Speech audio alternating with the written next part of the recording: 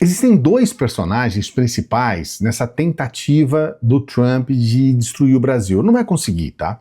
Pelo contrário, acho que fortalece a gente, coloca um sentido que eu considero para nós muito importante, um sentido de união em torno do nosso país. Acima de tudo, não é uma questão mais ideológica, uma questão de opinião aqui e ali, é uma questão de união em torno do nosso país. Então acho que isso é muito importante. Mas são dois personagens, né? Nós temos o Eduardo Bolsonaro, que está sendo. O Bolsonaro deu 2 milhões de reais para ele ir para os Estados Unidos e tudo mais, abandonou a vida política dele aqui, né? Deixou o cargo dele aqui e foi para os Estados Unidos. E o outro personagem é esse neto do ditador, o ditador Figueiredo, um general Figueiredo. O neto do ditador é uma figura importante nesse debate, porque é ele que, inclusive, apresentou o Eduardo Bolsonaro para o Trump. O neto do ditador, ele tentou fazer aqui no Brasil um empreendimento, antes do Trump ser candidato, no primeiro mandato dele e tudo mais, um empreendimento de vamos dizer assim, uma torre Trump aqui no Rio de Janeiro.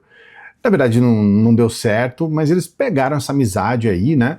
Eles iam usar apenas o nome Trump para fazer essa torre no Rio de Janeiro, aqui no Brasil. Não deu certo.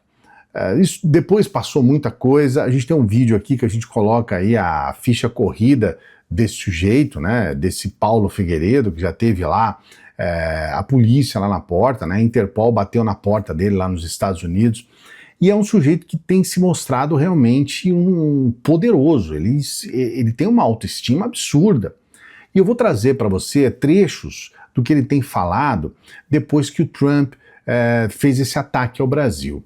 É importante você entender, tá? Existe uma questão de lógica.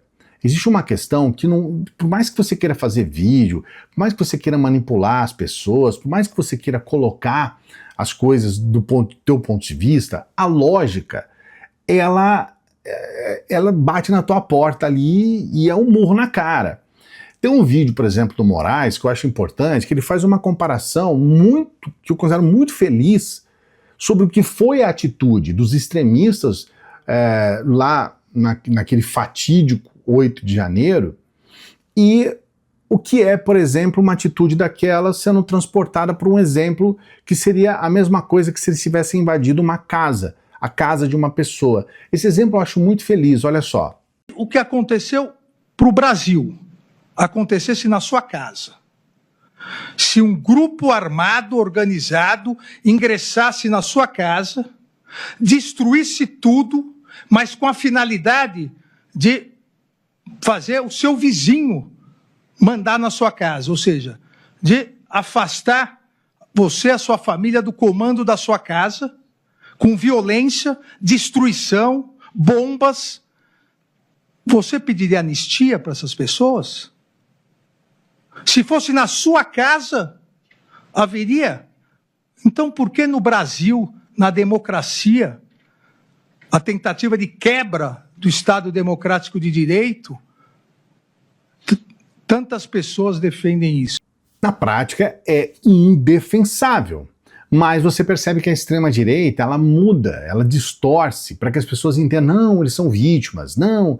Uma hora eles falam que é a esquerda que estava infiltrada, depois eles falam que não, eram senhorinhas com Bíblia. Cada hora eles falam uma coisa e eles tentam mudar e tentar disfarçar uma realidade. Foi a mesma coisa que aconteceu há algum tempo atrás com relação ao INSS. Eles tentando dizer que a culpa do que estava acontecendo com o INSS era do governo, quando foi o governo que, na verdade, acabou com o golpe no INSS. Foi o governo Lula que descobriu o que estava acontecendo e acabou com isso e agora já começa a devolver o dinheiro para os aposentados. Houve até uma entrevista em que um bolsonarista reconheceu que ele tinha visto aquilo no governo Bolsonaro, tentou avisar o Bolsonaro, aliás, avisou o Bolsonaro, tentou dar um jeito naquela situação que não foi resolvida. E ele foi desmascarado ao vivo. Eu vou trazer para você esse trecho que vale a pena você acompanhar, se você não acompanhou. Olha só. Bem, primeiro, respondendo ao deputado Alencar, eu recebi no meu gabinete os peritos do INSS, onde havia indícios de rombo de mais de 70 milhões bilhões com relação a aposentados, seguro-defeso, consignados. E nós levamos isso na transição para o presidente Bolsonaro. As denúncias que eu recebi gerou realmente por parte do governo Bolsonaro a edição de uma medida provisória para estancar essa farra de aposentadoria que existia em função da legislação. Isso é o que nós fizemos. Senador, o senhor acaba de assumir que o governo Bolsonaro sabia dos roubos e não fez nada. Você mesmo disse agora que recebeu denúncia, levou ao Bolsonaro, não foi tomada uma providência por parte da polícia. Não foi tomada nenhuma investigação sequer interna por parte do INSS. Não foi feita nenhuma investigação por parte da Controladoria Geral da União. O senhor acabou de assumir. O senhor prevaricou e o presidente Bolsonaro prevaricou. Cometeram crimes. Entrou no ridículo ali, né? Assumiu publicamente, ao vivo, que o Bolsonaro poderia resolver a situação e não resolveu. Não resolveu porque não quis resolver e porque muito provavelmente estava envolvido diretamente nessas questões. As investigações, você percebeu que eles pararam de falar sobre CPI do INSS? Os extremistas não falaram mais sobre isso, porque eles perceberam que isso ia, sem sombra de dúvidas, isso iria recair sobre o Bolsonaro. Eles mudaram de assunto, não falam mais sobre isso. É uma coisa muito complicada. Vou trazer para você esse neto do ditador, e muitas vezes as pessoas perdem a referência sobre o que foi a ditadura no Brasil. Tem um trecho de uma entrevista da Miriam Leitão, que foi torturada durante a ditadura, e esse trecho mostra a perversidade do bolsonarismo, a perversidade do Bolsonaro e a perversidade de gente que se associa. Você vê, o Figueiredo, né, o general Figueiredo, nem está mais entre nós, mas ele deixou essa lástima do neto dele fazendo esse ataque econômico contra o Brasil.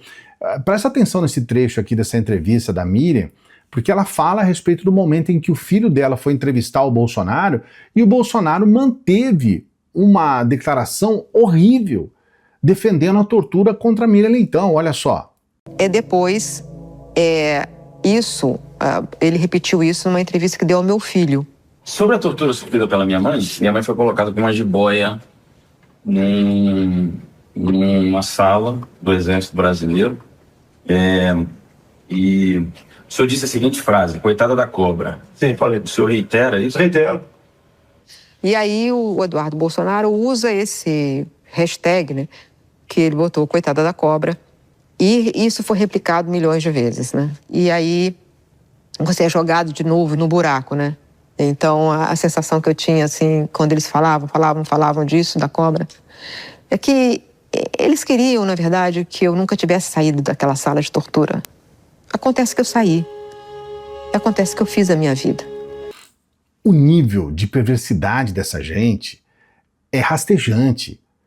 Eu fico impressionado de ver que tem gente que se diz cristão, que acredita em Deus e que defende esse povo.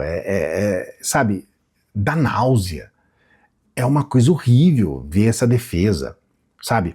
E agora essa situação em torno desse neto do ditador, junto com o Eduardo Bolsonaro, eles são mafiosos, eles agem como mafiosos. Eu vou trazer aqui um trecho, por exemplo, do neto do ditador, assumindo que ele monitora as pessoas que vão para os Estados Unidos e que ele sabe o que está acontecendo com gente que pisa lá e que se sabe lá, talvez saiba aqui. Eles agem como mafiosos e eles se sentem orgulhosos disso. Eu quero trazer esse trecho para você entender. Olha um papo de um mafioso, olha só. Olha, eu vou contar um bastidor para vocês. O Barroso está neste momento em Miami, aqui no mesmo lugar que eu. Ele até tomou um susto quando um terceiro avisou a ele que nós sabíamos que ele estava aqui. Barroso chegou, segundo já estava monitorado, num voo da TAP às 2 horas da tarde no aeroporto de Miami, vindo de Portugal, direto do Gilmar Palusa. E o Barroso ia encontrar uma grande surpresa quando chegasse aqui no aeroporto. Ele teria o seu visto cancelado. A expectativa era barrá-lo na porta. Isso foi na sexta-feira, às 2 horas da tarde. Na quinta à noite, Trump mandou não tirar o visto do Barroso nesse momento. Porque o foco é o Alexandre de Moraes. E o foco será uma ação mais sistêmica. Vejam que loucura. O homem, isso nunca foi publicado em lugar nenhum, eu estou dando aqui um bastidor para vocês. O homem que salvou o visto de Barroso, e eu sou um pobre coitado, um jornalista, eu jamais teria condições de saber o itinerário do ministro do Supremo Tribunal Federal, nem eu saberia que ele, na verdade, veio encontrar a filha dele aqui, eu jamais teria condição de sabê-lo sem estar sendo informado por quem eu fui informado. Uma viagem rápida, só vim dar um beijo na filha e tal? Pois é. Não pensem que vocês não estão sendo observados e efetivamente monitorados. Não pensem. A expectativa é que os senhores não insistam em apoiar Alexandre de Moraes, mas se insistirem, a floresta inteira vai queimar para que seja pego o bandido da Birmânia. Seja o Supremo Tribunal Federal, seja o Senado Federal, seja a Câmara dos Deputados, seja a PGR. Os nomes, os escritórios de advocacia, os seus associados, os seus familiares, todos estão mapeados. Todos.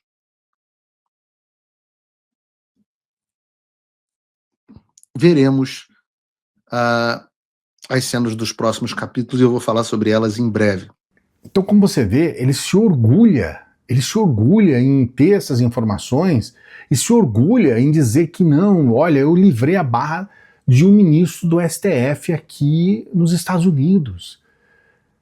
Olha como que essas pessoas se julgam. Aliás, esse neto do ditador, ele já está indo contra Tarcísio, já está indo contra Nicolas.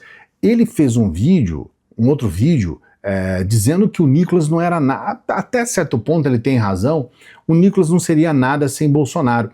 Mas olha a forma com que ele fala a respeito disso, atribuindo a ele, os louros sobre essa situação. Olha só. Não haveria Nicolas se não fosse Eduardo Bolsonaro. Eu sou testemunha disso. Eu tive o privilégio de, no CPEC, acho que de 2020, salvo engano, ver um menino lá, serelepe, brilhante, articulado, brincalhão, bem-humorado, cristão, mas que não passava do assessor do carregador de pasta lá, do então vereador de BH, Bruno Engler, que foi chamado na comitiva do Eduardo Bolsonaro para o CPEC. E eu posso dizer que, honestamente, eu me apaixonei pelo Nicolas ali. Eu me apaixonei com o Nicolas, é amor verdadeiro, porque eu me apaixonei por ele quando ele era um Zé Porra. Eu me apaixonei de forma hétero, volto a dizer aqui, não estamos no Partido Novo, mas eu me apaixonei de forma hétero pelo Nicolas, naquele momento. Então, esse é amor sincero, quando você se apaixona não pelo cargo que o cara tem. Eu cago pra esse troço, pô. Olha que conversinha fiada, né? Lá em Poços de Caldas a gente fala, pô, que prosa ruim esse cara, né? É um prosa ruim, né? Ah, é o amor hétero, uma conversa fiada. Só que você observa uma questão, essas pessoas, esses caras, eles não têm limites. Eles não têm limites. Aqui eu vou trazer para você um vídeo em que ele está defendendo claramente que se o Bolsonaro não se candidatar, que haja um golpe, que os Estados Unidos dêem um golpe contra o Brasil. Ele vai defender isso agora aqui para você, de um jeito, né, meio bagre, ensaboado, mas se você observar o que está no conteúdo do que ele está falando, você vai se assustar, olha só. Eu posso dizer para vocês que, em última instância, neste ritmo, a chance dos Estados Unidos não reconhecerem uma eleição brasileira de 2026 sem a participação de Jair Bolsonaro é enorme. E você imagina como seria o Brasil com um presidente eleito que não é reconhecido pelo país mais importante do mundo. Eu posso dizer para vocês que nessa briga, embora tarifas sejam preocupantes, o maior beneficiado é sim o povo brasileiro. Eu já disse aqui que o Lula não é o primeiro a comprar esse tipo de briga com o Trump. Eu digo para vocês, perguntem ao Justin Trudeau, ou ao Gustavo Petro, ou a Cláudia Sheinbaum, sobre qual é o resultado de brigar com o Donald Trump, ou ao Ayatollah Khamenei. Spoiler, todos eles foram humilhados pelos Estados Unidos. Veja você, ele ainda faz um gestinho, né? Nossa, se eu não reconhecer. Cara, em primeiro lugar, é importante a gente entender, tá? O Brasil, ele não tem que se importar em nada se o Trump reconhece ou não as eleições brasileiras. Não é uma coisa que vai mudar a nossa história, porque, na verdade, quem tem que reconhecer somos nós, brasileiros. Somos nós que temos que respeitar o nosso país, a nossa bandeira, e somos nós que temos que respeitar a nossa democracia. Então, assim, se os Estados Unidos não reconhecer, vai ser o único país no mundo. Porque todas as vezes que a gente tem eleições aqui, 2026 não vai ser diferente, nós temos, assim, o mundo inteiro acompanhando de perto, aqui no Brasil. Então, ela é auditável, né? Nós temos todo mundo aqui de forma independente acompanhando. Então você percebe que ele está insinuando a possibilidade aí você fala, nossa, spoiler, né? Ele diz, spoiler, foram humilhados. O Trump não tem condições de fazer absolutamente nada em relação ao nosso país. Nada, é zero. É zero. Eu quero que você acredite nisso. Mas você observa que um aloprado como esse, um amalucado como esse, grava esses vídeos e isso tem motivado essa militância extremista mais radical, né? O extremista já é radical, a acreditar em um sujeito como esse e a achar que é muito bom o Brasil sofrer o que está sofrendo. A gente está se aproximando aí do dia 1º de agosto, né? 2 semanas do dia 1º de agosto, e a gente pode realmente sofrer. Tudo pode acontecer até lá, e o Trump pode desistir disso, mas a gente pode sofrer sanções gravíssimas, que são as mais importantes sanções que nós sofremos na história do Brasil, na história do nosso país. Nunca houve algo sequer próximo a isso. Com relação aos Estados Unidos, então, nem se fala.